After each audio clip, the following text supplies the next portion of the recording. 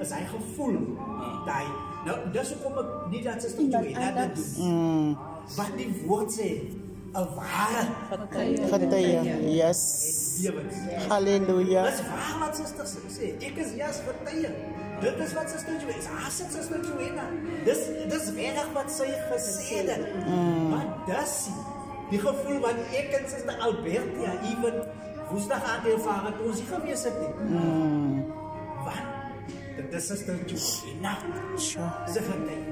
Daarom is dit vir ons belangrik dat ons moet weet wat ons getuie is.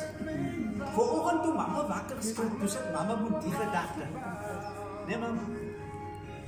Dat is gedagte nou weer.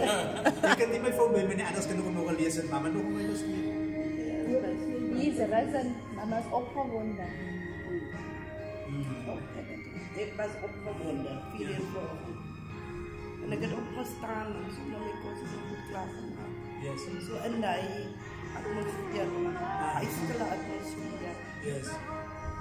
En die opgewondenheid het waar vanaf gekomen? Dat is mama nog niet gedaan. Oh, sorry, maar ja.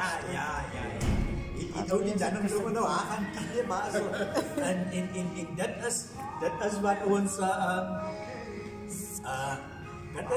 dat is